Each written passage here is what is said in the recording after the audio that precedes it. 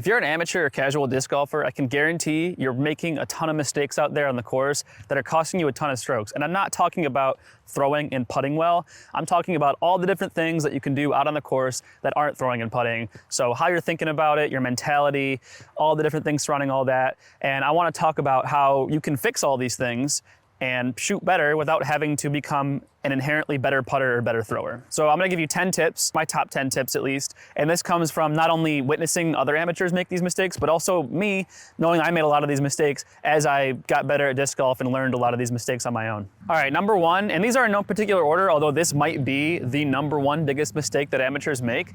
And this is in regular golf and in disc golf. That is doing form analysis in the middle of a round. If you are looking at your form and trying to make little tweaks to your form in the middle of a round, I can guarantee you're gonna start throwing worse. You're gonna throw the best when you're not thinking about it at all and you're just going through the motions. Maybe you have one simple swing thought for what you're gonna do, but in general, you are just throwing naturally and doing what feels good for you. That's how you're gonna throw the best. As soon as you feel like you're a little bit off and try to tweak things, it's all gonna fall apart. For example, on this hole, let's say my forehand feels a little bit off.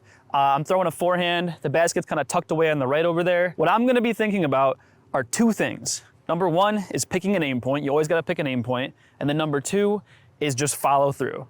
On my forehand throws, all I think about is follow through. Yeah, I wanna reach back. I mean, you've seen my video. If you haven't, check out my video on throwing far forehands. You wanna reach back, you wanna have the grip a certain way, you want the angle to be the right way, you want the nose angle to be the right way. Like, there's so many different things you can think about, but all I'm thinking about is following through. Even if my form is bad, all these different things, I know I can throw a good forehand. So if you trust yourself in your forehand, give yourself one thing to think about. Following through is a great one. Pick an aim point and just throw. If you're thinking about all these little things, I guarantee you're gonna start messing up. So I'm gonna aim just left out there, past the tree. With a Firebird, it should dump right out and go straight to the basket.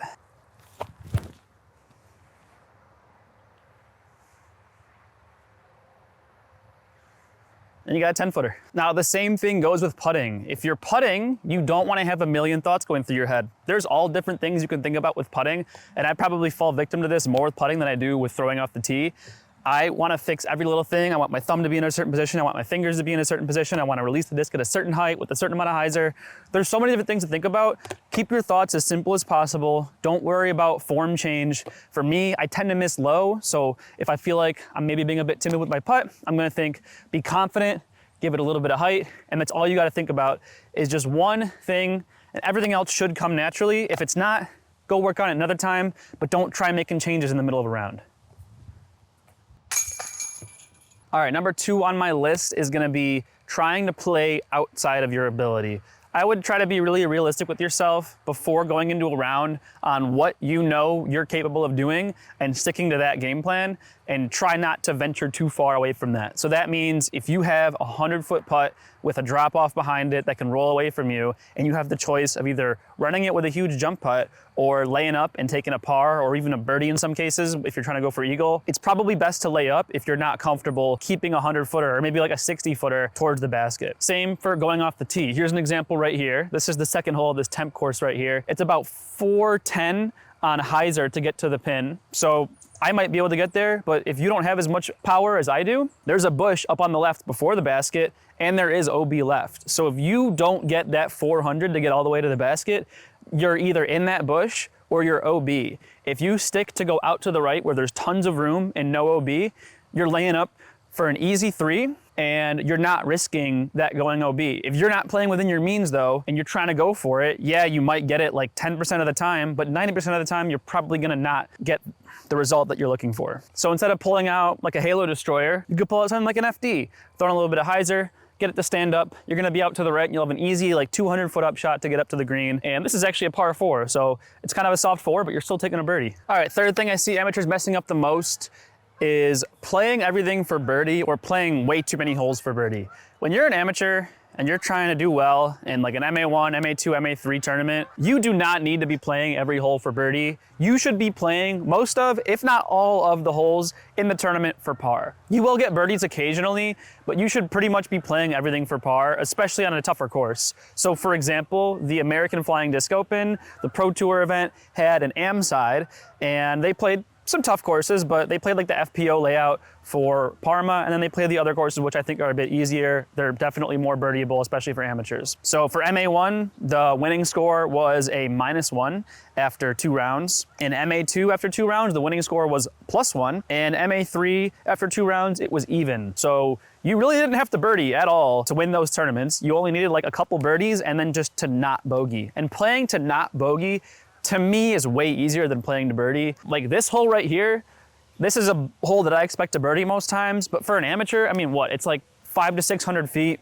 par 4. If you don't have a huge arm, throw 350, 300, 350, 300.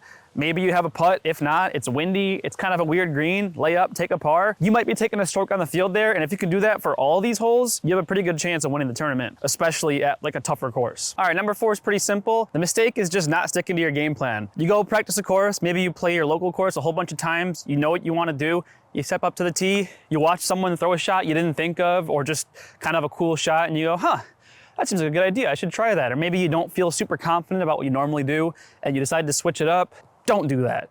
Do what you're comfortable with. Know what works for you. If everyone walks up and throws a putter and you're throwing a mid-range, throw your mid-range. If you're just feeling like you have a better roller today than you have a backhand, but you've never played it as a roller, just play the backhand because that's what you're comfortable with. To demonstrate this hole right here is a great example. It's a low ceiling shot, par 4, 536 feet.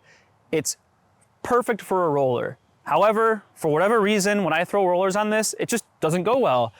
You don't need to get super far, so a roller isn't ideal. If I want a birdie, all I gotta do is get like 350 maximum off the tee to get up to where I wanna be. So a roller isn't that important. I have found that a backhand straight shot works for me great, and I could see myself playing this hole in a tournament, someone stepping up, throwing an awesome roller, and then me going, oh, that's a great idea, I should do that. Or maybe just wanting to go for like an eagle or something. What I gotta do when I play this hole is just throw the straight backhand shot that's easy, that's gonna get me the birdie most of the time.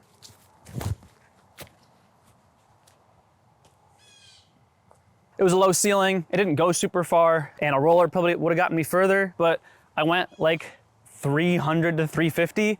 I've got like a 200-foot chip shot into the green for a birdie. I'm not complaining at all. Now, just because I know it's gonna go bad, let's try the roller. It never goes well for me.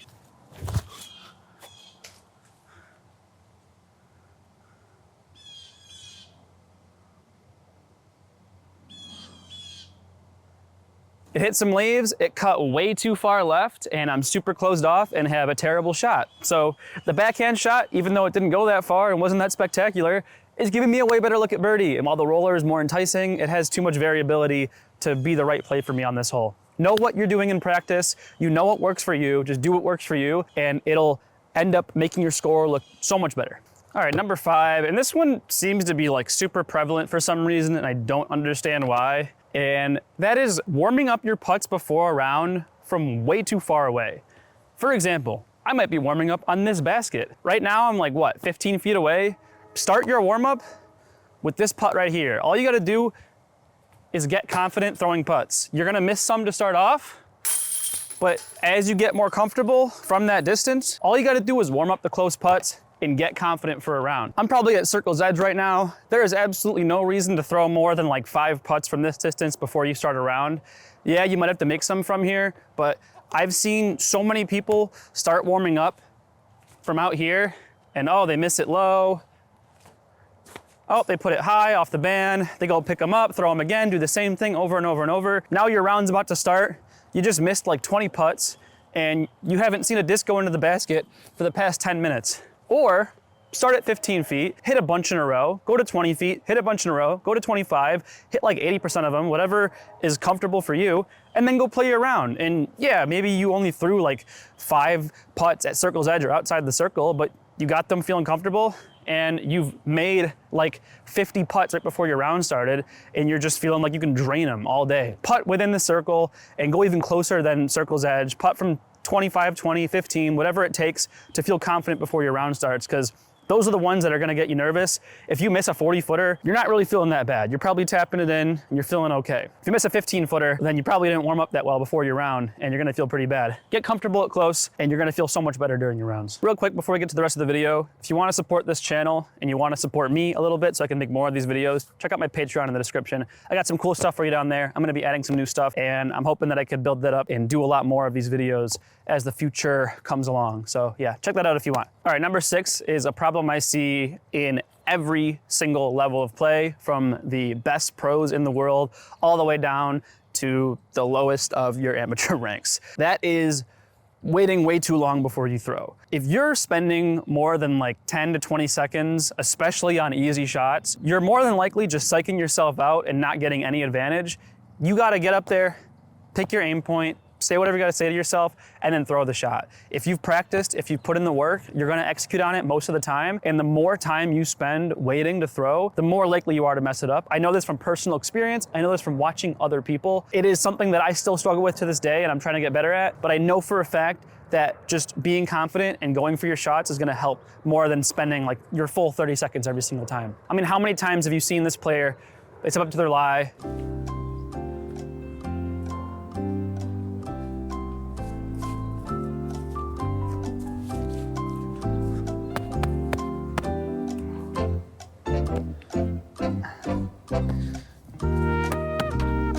it's not helping you. You wanna throw a forehand, step up. Yep, forehand's the shot, okay, aim point, get my disc ready, and throw it. Some of the best pros, watch like Simon Lizotte, he doesn't take a ton of time before he throws because he's thrown a ton of times and he feels comfortable and he can just step up and make his shot. Do what you can do, but don't spend a ton of time, especially on easy shots, tee shots that you've done a million times. It's not gonna help you out. All right, number 7 is definitely a mistake I still make now, but I made a lot more when I was a worse player, and I'm working on trying to do it as little as possible, and that is losing concentration and not keeping your head right before you're gonna throw a shot. So say you got really upset about something, maybe your card mate's screwing with you, or maybe you're tired, whatever reason it may be, your focus is off. You step up, you throw your shot, you totally shank it, and you're thinking, why did I just do that? Why did I just screw that up? Why did I make that decision? Take a minute, catch your breath. All right, whatever is upsetting you, whatever is in your mind, like, you know, get it together. Pick your aim point. This is the disc I wanna throw. This is the shot I wanna throw. I'm gonna aim right there. I'm gonna throw there, focus on it, and then do it. I know there were a couple shots at AFDO where I was maybe a little tired, maybe a little anxious to throw my shot, thinking about certain things, about like angle and all these different things. I didn't pick an aim point. I didn't really like take the time that I needed to make sure I knew what I was doing. I rushed it a little bit and maybe threw it right into a bush or missed the aim point. Just take the extra like 5 seconds to get your head ready. This is before you even step up to your lie. I'm not saying take 30 seconds, a minute to do this. Just 5 seconds to just go through a couple steps. Here's my swing thought. Here's my aim point. Here's the disc I'm throwing. Okay, let's focus on it and execute. And then once you're done, you're done. You know, you move on to the next shot. But make sure you're focused on every single shot. Don't lose your focus. And every time you're stepping up to your lie, make sure you're focused in as quickly as possible, execute, and then move on. All right, number 8, this has become pretty obvious to me with playing with certain players. It's typically more common with amateurs, but it pretty much shows up everywhere. And that is going into a hole with the wrong attitude, or a round or a tournament. Pretty much just having the wrong attitude about your play. So I might step up to this hole, and let's say the last 5 times I ended up in a tree, I screwed up the shot, I yanked it, I got unlucky and went in a bush, I went OB, whatever it may be. The next time I play it, I shouldn't walk up and go, oh man, this hole sucks. Every time I play it, it's terrible. Or maybe you show up to a tournament and you're like, oh, this course sucks. Or, oh, this tournament director sucks, whatever. If you're paying and you're showing up and you're playing, just try to play every hole to the best of your ability. I shouldn't be walking up to this hole and going, oh man, this sucks. Last time I threw way out to the right, and the other time I was in that bush over there, I'm probably gonna screw up, blah, blah, blah. Walk up to the hole and say, same thing with the last point. Get your disc, know what shot you're throwing, pick your aim point, get dialed in, execute. All that in 10 seconds, whatever, how long it takes you, 20 seconds. Don't be thinking about how much you've screwed up. Just think, hey, I'm playing disc golf and this is awesome and I'm up to throw the shot. So yeah, I'm gonna do that. I've had so many times where I walk up to a hole and everyone's like, oh man, this hole sucks. It's always bad. If a hole sucks, it sucks for everyone. So don't take it too hard. Just try to do your best on it. If you have a positive mindset, you're probably gonna be saving yourself some strokes throughout a tournament, because if you go into it thinking you're already gonna play bad, you're probably gonna play bad. All right, number 9 mistake is going for hero shots, is what I'm gonna call it. Really, it's another way of playing outside of your means, but this is more specifically trying to make up for the mistakes you made earlier in the round. You have to accept the fact that you're gonna make mistakes and that when you make them, you need to just play your game, play smart, okay? I may have maybe not gotten to where I wanna be on my birdie look, and maybe I'm not a great putter. This is about a circle's edge putt. It probably looks not so much because of the depth perception from the camera. This is maybe a circle's edge putt on a raised basket, and yeah, let's see how far this goes if I miss. Yeah, that is another circle's edge putt, maybe even like 5 feet further, coming back the other way now for par if this was for birdie. This is bringing together a couple of things. Playing within your means, playing for par. If I have a birdie putt here, I probably wouldn't run this in a tournament depending on how I'm doing. 35 footer, raised basket, maybe it's a little windy. I've been there, I've run it. I've done what I just did right there, back and forth for like a triple bogey when I had a birdie look. And all you gotta do is throw it on the mound, and you have a tap in for par. And that's what you should do most of the time, especially if you're an amateur. Don't try and make hero shots. Another good example is maybe you went off the fairway and you're in a bush. What do? Do you take the easy pitch out back into the fairway and try to get up and down for par?